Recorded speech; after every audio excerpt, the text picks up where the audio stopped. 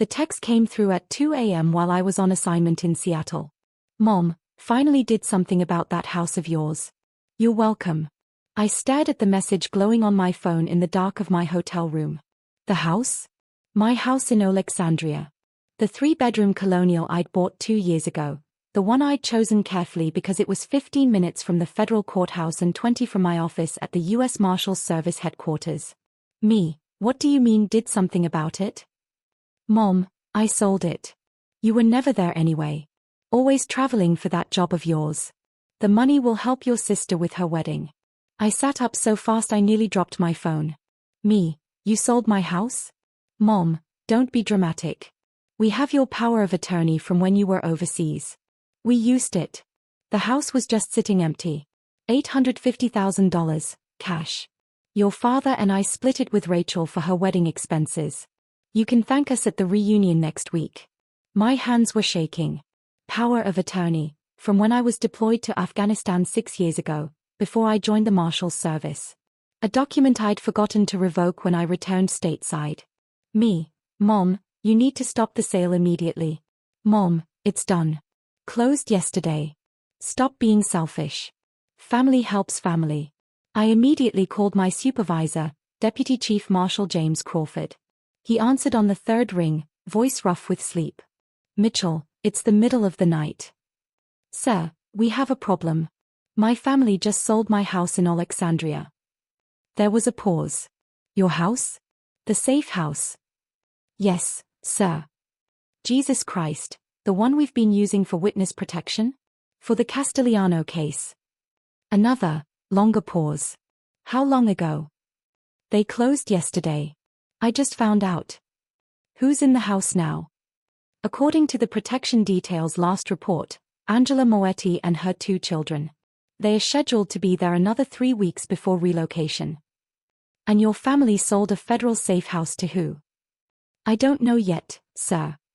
Mitchell, get back to D.C. immediately. I'm activating the emergency response team. We need to relocate the Moettis and figure out what the hell just happened. I caught the first flight out of Seattle.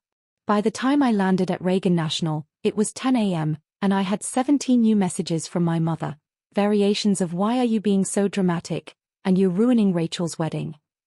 I ignored them and drove straight to headquarters in Arlington.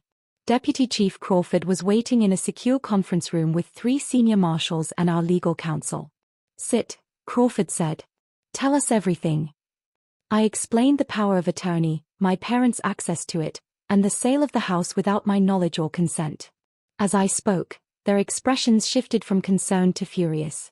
Let me make sure I understand, said Patricia Williams, our legal counsel. Your parents sold a property that's been registered as a federal safe house for the past 18 months, a property currently housing a protected witness and her family in the Castellano organized crime case. And they did this without notifying anyone. Yes, Who bought the house? I don't know yet. My mother mentioned $850,000 cash, which is significantly below market value. Crawford's jaw tightened. $850,000 for a house worth at least $2.8 million? That's either incompetence, or something worse. Williams typed quickly on her laptop. I'm looking at the property records now. The sale went through a company called Riverside Holdings, LLC. Does that mean anything to you? No, Riverside Holdings is a shell company registered in Delaware. Ownership concealed through multiple layers. Mitchell, this wasn't a normal real estate transaction. The room went cold. You're saying someone targeted that specific property? I'm saying someone paid cash below market value for a house sheltering a witness against the Castellano crime family. That's not a coincidence. Crawford stood abruptly. We need to move the Moettis immediately. Mitchell, you're coming with me. Williams, start digging into Riverside Holdings. I want to know who owns it and how they knew about that house. We arrived at the Alexandria property with a full tactical team. Marshals Rodriguez and Chin, the protection detail, met us at the door looking confused. Sir, what's going on? Rodriguez asked. We weren't notified of any schedule changes. The house was sold, Crawford said flatly. Without authorization. We're evacuating the witnesses now. Rodriguez's hand went to his weapon. Sold? How? Family issues, I said quietly. Is Mrs. Moetti inside? They're having lunch. We entered quickly. Angela Moetti looked up from the kitchen table, where she sat with her 8-year-old daughter and 6-year-old son. Her face went pale at the sight of the marshals. What happened? Did they find us? No, Crawford said. But we're moving you as a precaution. You have 10 minutes to pack essentials. Marshal Rodriguez will help you. Angela stood shakily. But you said we'd be safe here. I know what we said, Mrs. Moetti, and I apologize. There's been a complication with the property. We're taking you somewhere more secure. As Rodriguez helped her gather their things, Crawford turned to me. Your parents, where are they now? Family reunion. My uncle's farm in Pennsylvania. They're expecting me tomorrow. Change of plans, Crawford said. We're going today. Bring a recorder. We need everything documented.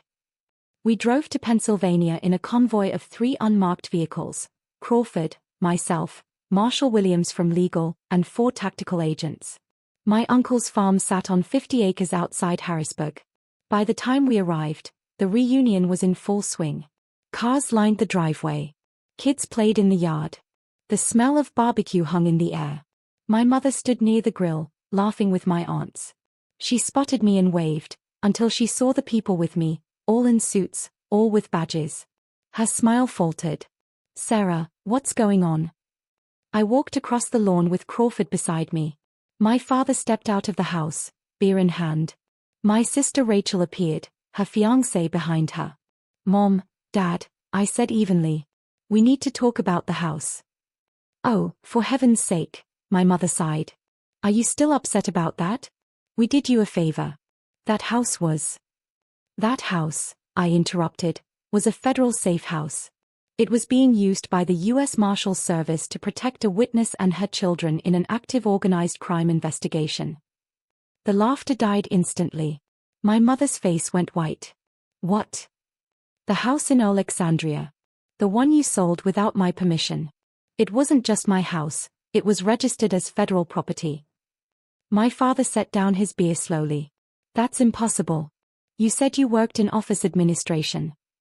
I'm a deputy U.S. Marshal, I said. Have been for 4 years. That house was chosen for its security features. It's been sheltering a protected witness for 18 months. Crawford stepped forward, badge in hand. Deputy Chief Marshal James Crawford, Mr. and Mrs. Mitchell. You've sold federal property without authorization and potentially compromised an active witness protection case. My mother grabbed my father's arm. We didn't know. Sarah, you never told us. I couldn't tell you. Operational security means I don't discuss safe houses with anyone. But you should have asked me before selling my property. We had power of attorney. That was for emergencies during my deployment 6 years ago. It was never meant to give you the authority to sell my home. Rachel stepped forward. Sarah, Mom and Dad were just trying to help. They got me $400,000 for my wedding. Surely you can't be upset about that. Your wedding money came from the illegal sale of federal property, I said flatly. That money will be seized as proceeds from a crime. Crime? My father snapped. Now wait a minute. We didn't commit any crime. We sold your house. You were never there, always off somewhere for work. What were we supposed to think? You were supposed to think that selling someone else's property without their consent is illegal. Selling federal property makes it worse. Marshal Williams stepped forward. Mr. and Mrs. Mitchell, I'm with the U.S. Marshals Service Legal Counsel. The property was registered for witness protection use. Selling it violates Title 18, U.S. Code, Section 1512, tampering with a witness. Additionally, the use of an outdated power of attorney constitutes fraudulent authorization. We weren't being fraudulent, my mother cried. You knew the document was obsolete, Williams said. And the sale price, far below market value, through a Delaware shell company, raises serious red flags. Shell company, my father repeated. We sold it to a nice couple. Cash deal. $850,000. The buyers used a shell company called Riverside Holdings, I said. Do you know who they actually were? Some investors. The agent said they wanted it as a rental property. An $850,000 cash purchase for a $2.8 million house didn't seem suspicious to you. We're not real estate experts, my mother shouted. The agent said it was fair for a quick sale. Crawford's phone buzzed. He checked it, and his expression darkened. Mitchell, he said quietly, I need to speak with you. We stepped away from my family. Crawford turned his phone toward me. On the screen were two faces.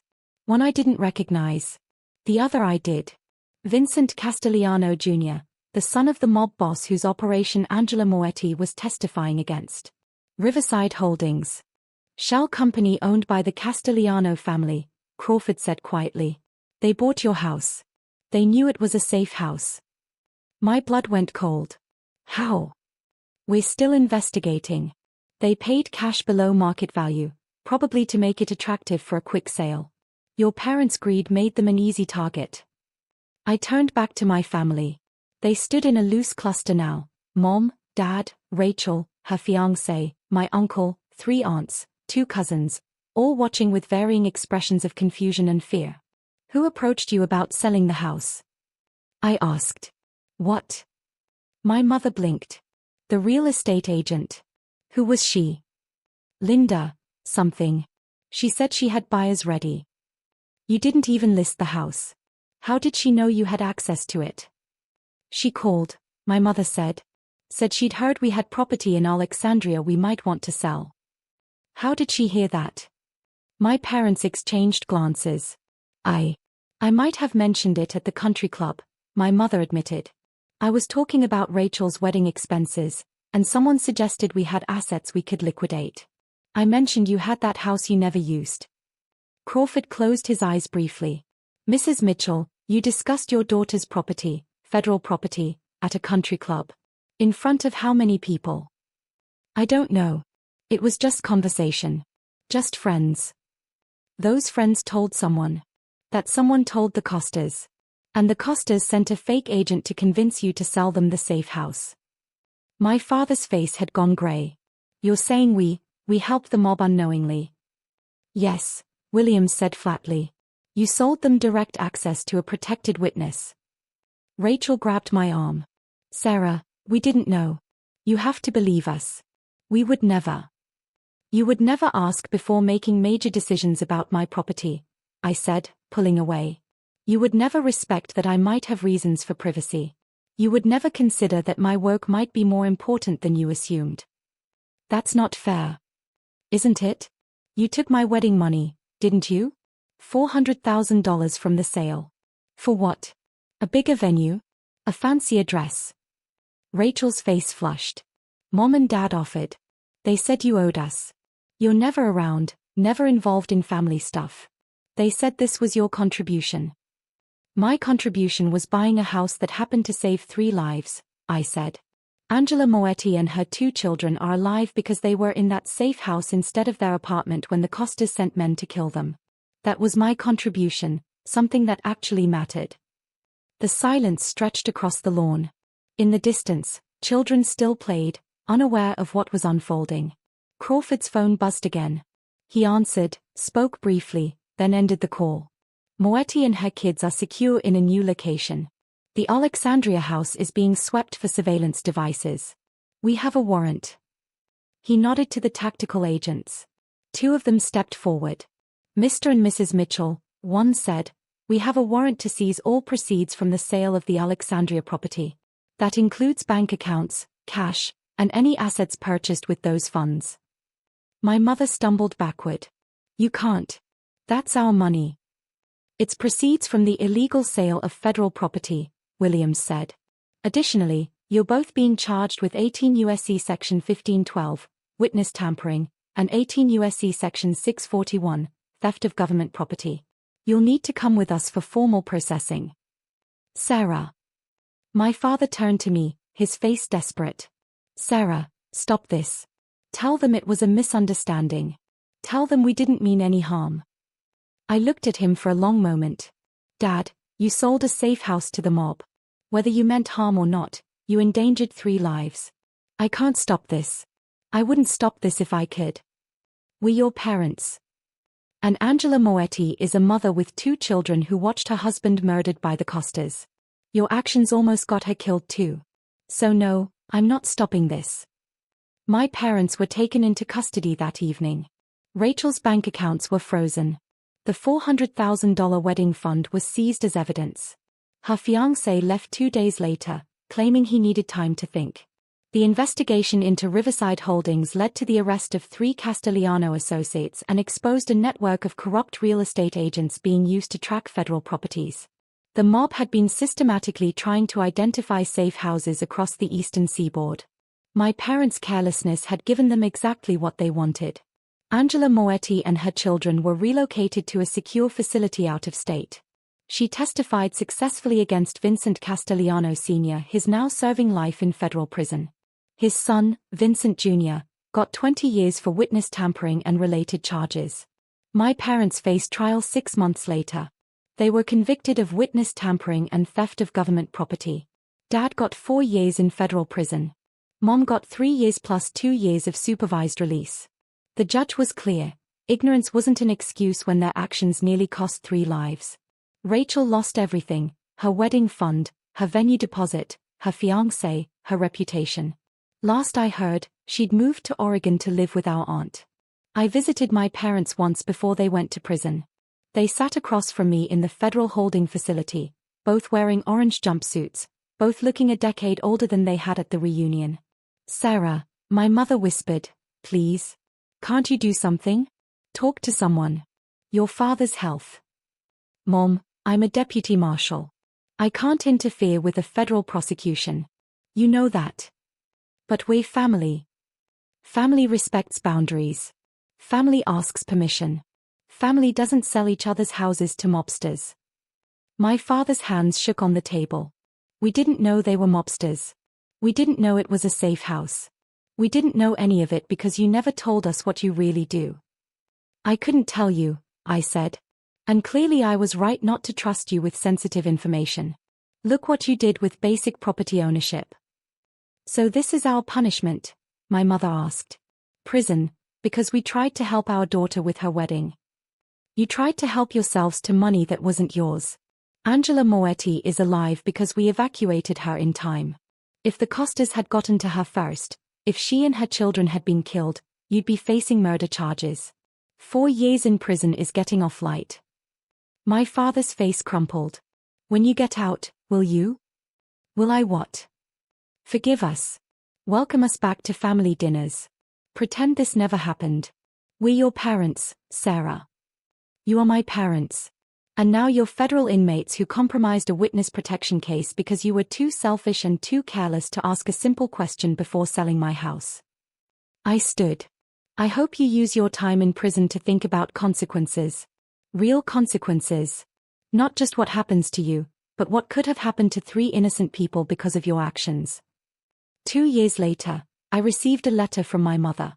She'd been transferred to a minimum security facility in West Virginia. 8 pages of apologies, explanations, justifications. She missed me. She wanted to make things right. She'd learned her lesson. I read it once, then filed it with the case documents. Deputy Chief Crawford found me in my office later that day. "Heard your mother reached out. She wants reconciliation. You going to give it to her?" I thought about Angela Moetti, who'd sent me a Christmas card last year with a photo of her kids. They were smiling. They were alive. They were safe because I'd moved fast enough to get them out of that house. "No," I said. "I'm not. Family's important, Mitchell. So is doing your job right. So is protecting people who can't protect themselves. So is maintaining boundaries with people who've proven they can't be trusted." Crawford nodded slowly. "Fair enough. For what it's worth, you handled this situation with more professionalism than I would have managed." "It wasn't personal, sir." "Wasn't it?" I met his gaze. "It was absolutely personal. But that doesn't change the fact that they broke federal law and endangered federal witnesses. Personal feelings don't override duty." "No," he agreed. "They don't. My parents were released from federal prison 18 months ago. Mom served her full sentence. Dad got out 2 months early for good behavior. They moved to Florida, away from the judgmental whispers of their Pennsylvania community. They've written to me periodically, cards on my birthday, emails on holidays. Each one asks for a chance to talk, to explain, to rebuild. I haven't responded to any of them. Maybe someday I will. Maybe someday enough time will pass that I can separate who they were from what they did. Maybe someday I'll be able to sit across from them without seeing Angela Moetti's terrified face when we evacuated the safe house. But not today. Today I have a job to do. Witnesses to protect. Cases to build. People who depend on the U.S. Marshals Service to keep them safe from the criminals who want them dead. And I can't do that job if I'm wasting energy on family members who valued $850,000 more than they valued respecting my boundaries, my property, or the lives of 3 people they'd never met. So I keep working. I keep protecting witnesses. I keep maintaining the professional standards my parents' actions nearly destroyed. And if that makes me cold, if that makes me unforgiving, if that makes me a bad daughter, I can live with that. Angela Moetti's children are alive. That matters more than my parents' feelings. It always will.